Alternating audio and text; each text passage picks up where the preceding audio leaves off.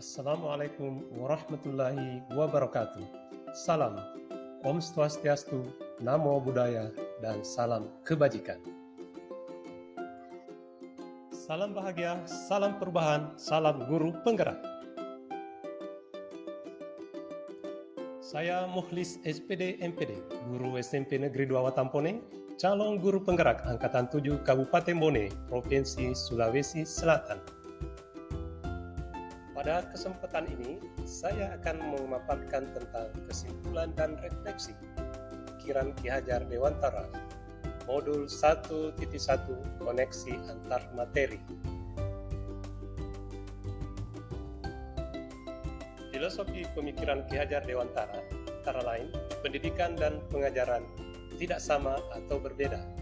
Pengajaran merupakan bagian dari pendidikan.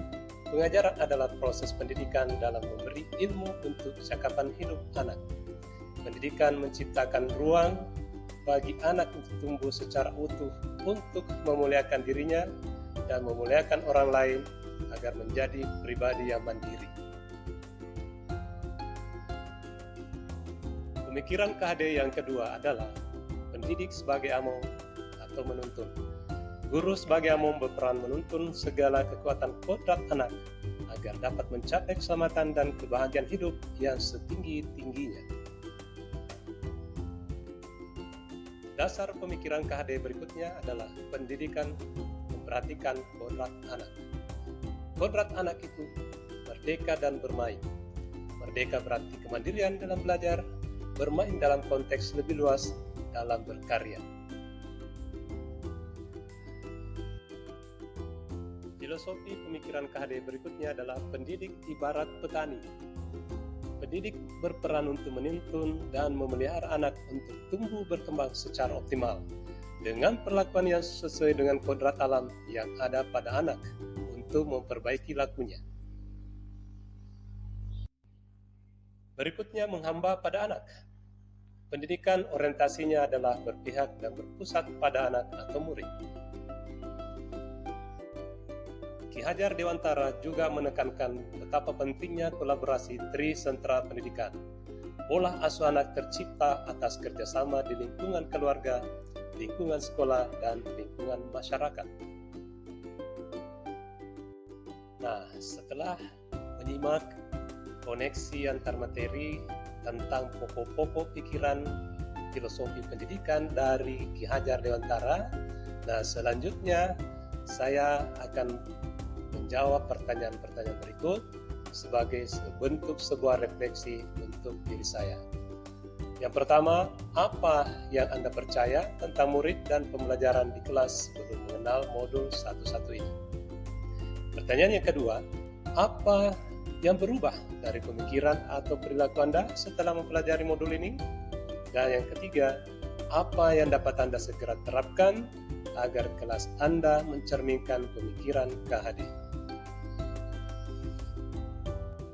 Baik, hal apa saja yang saya percaya tentang murid dan pembelajaran di kelas sebelum mengenal modul 1.1? Yang pertama, murid ibarat kertas kosong yang dapat saya bentuk sesuai keinginan saya sendiri selaku pendidik. Yang kedua, murid cenderung tidak tahu dan guru lebih tahu. Atau dengan kata lain, guru adalah satu-satunya sumber belajar dan tidak menganggap bahwa murid juga merupakan sumber belajar atau berbagai macam sumber bisa dijadikan sebagai sumber belajar. Selanjutnya, pembelajaran cenderung monoton dan kurang interaktif. Berikutnya, saya lebih dominan dan murid cenderung pasif. Dan berikutnya, saya lebih menuntut pencapaian materi dan KKM. Lebih bersifat menuntut, bukan menuntun. Nah, selanjutnya, apa yang berubah dari pemikiran dan perilaku saya setelah mendalami pokok-pokok pikiran Ki Hajar Dewantara pada modul ini? Yang pertama, setiap murid sudah memiliki kekuatan kodratnya masing-masing. Kedua, guru adalah among yang berperan menuntun dan menebalkan laku dan potensi murid. Yang ketiga, pembelajaran berpihak dan berpusat pada murid. Yang keempat, aktivitas pembelajaran divariasikan sesuai kebutuhan murid dan komunikasi lebih bersifat multi arah. Selanjutnya, penting untuk mengintegrasikan nilai-nilai sosial kultural dalam pembelajaran dan menerapkan kecakapan abad 21. Apa yang perlu segera saya terapkan? Yang pertama, merancang pembelajaran yang lebih interaktif dan berpusat pada murid. Yang kedua, menerapkan pembelajaran kecakapan abad 21 untuk melatih kemampuan berpikir kritis, kemampuan berkolaborasi, dan kemampuan kemandirian murid. Yang ketiga, menerapkan konsep merdeka belajar.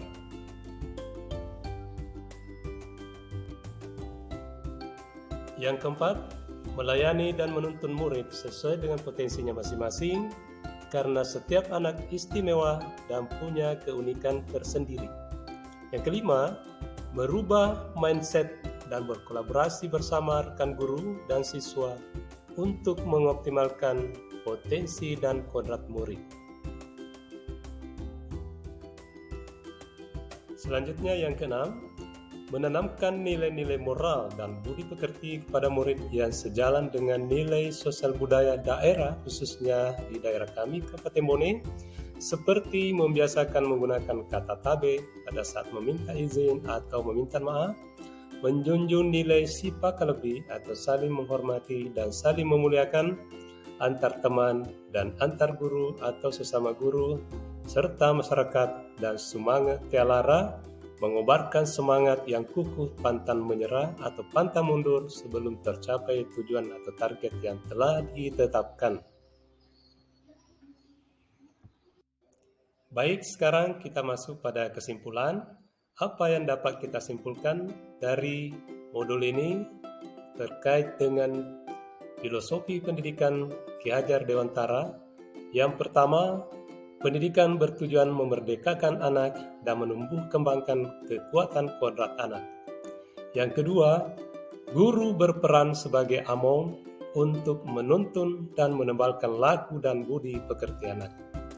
Ketiga, konsep merdeka belajar perlu dikuatkan untuk menjawab tantangan sekaligus meningkatkan kecakapan abad 21 anak dengan tetap menjunjung tinggi nilai-nilai moral dan budaya yang berlaku. Demikianlah yang dapat saya sampaikan pada segmen ini. Terima kasih atas perhatian Bapak Ibu. Salam guru penggerak, salam perubahan, maju bersama, berubah bersama. Assalamualaikum warahmatullahi wabarakatuh.